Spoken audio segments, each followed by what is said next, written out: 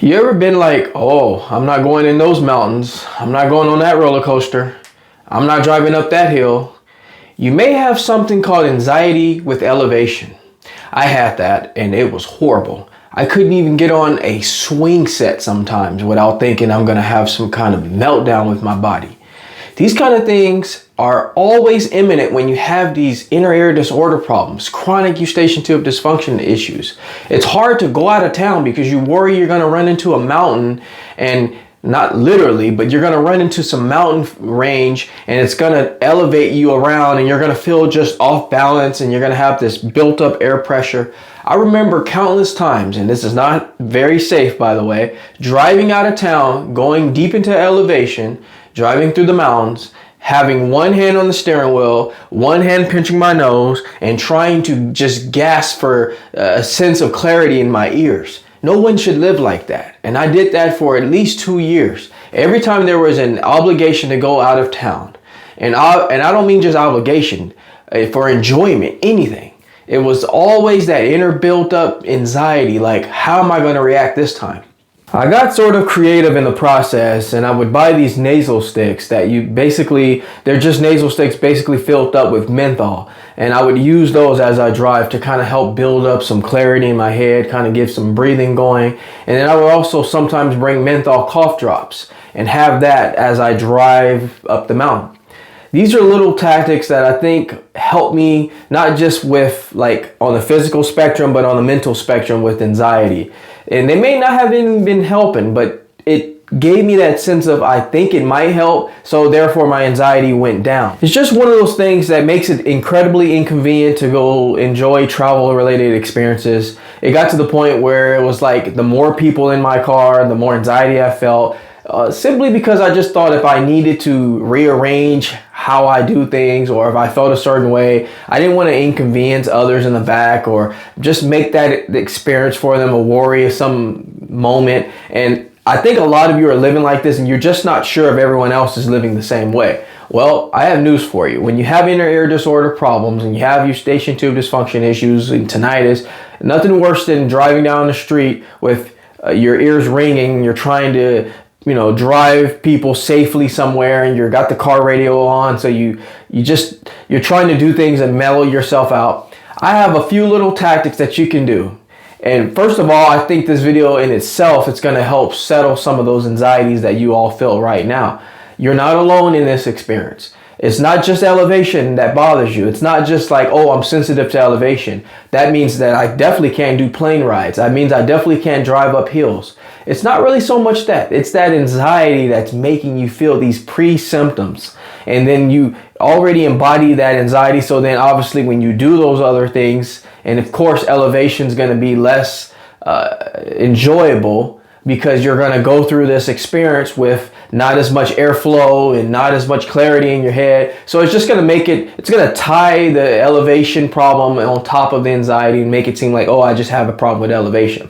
I'm going to tell you right now that do a couple of my tactics that I'm going to go over here shortly with the mindset that you don't have an anxiety related elevation problem. You have to continue to push yourself in a very safe and healthy manner.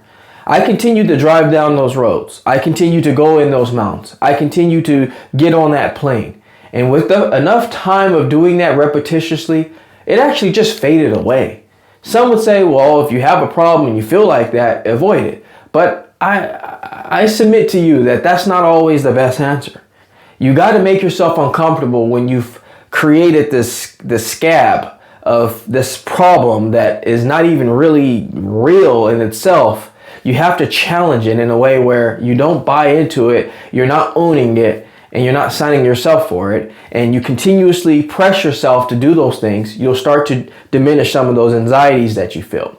Some of the things that I did during the process of trying to get over that little hump, because you kind of have to get over that little hump, and as you slide down from the other side, you start feeling better about doing those experiences and going in these type places where it's just the air is not as clear and free flowing. It's these experiences, as you do them, you get better. So some of the things I did, I mentioned already.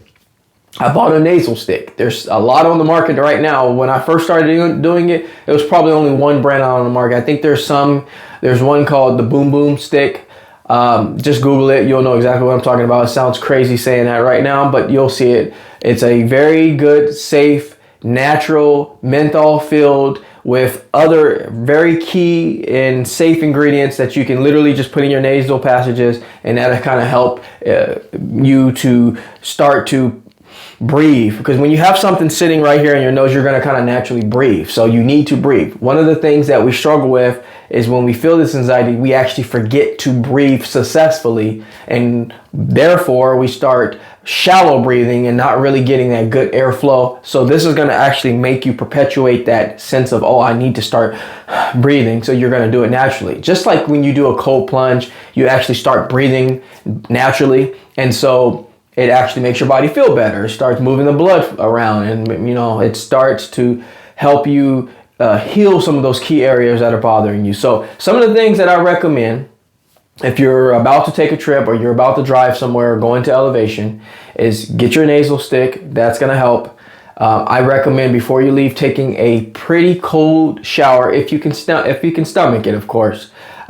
Don't go in there and shock yourself, but what I would advise is that you start kind of at a hotter temperature and lower it down into the part of cold where it's like a little not comfortable, and just stay there for a little while, and you see how much you feel better when you get out.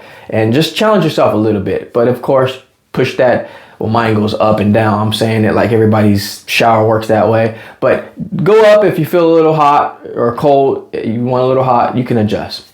The other thing I would say to do is take a lot of you have heard of neti pots. Neti pots are extremely important. They have been in my life. When I first had chronic ear problems, I had a neti pot.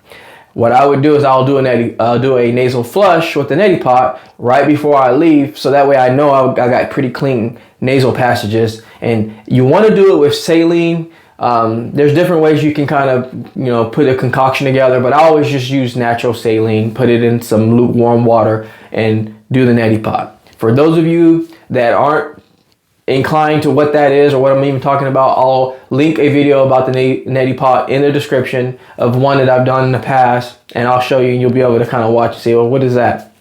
The other thing is lozenges. I do cough drops. I like menthol based cough drops. I just kind of pop a cough drop. And I don't advise doing that as much, because obviously it's medicated. It's not something you want to get used to when it comes to cough drops. But if you're just going to do one on the drive, take a little break, maybe in an hour or 2 hours, maybe do another one. That actually just kind of opens your airway up if you're in a car and you don't have a lot of options. I just do the cough drop because it helps me, and it's not too invasive. I don't have to do much. I just suck on a cough drop while I drive, and it's something that's very basic that can be very beneficial.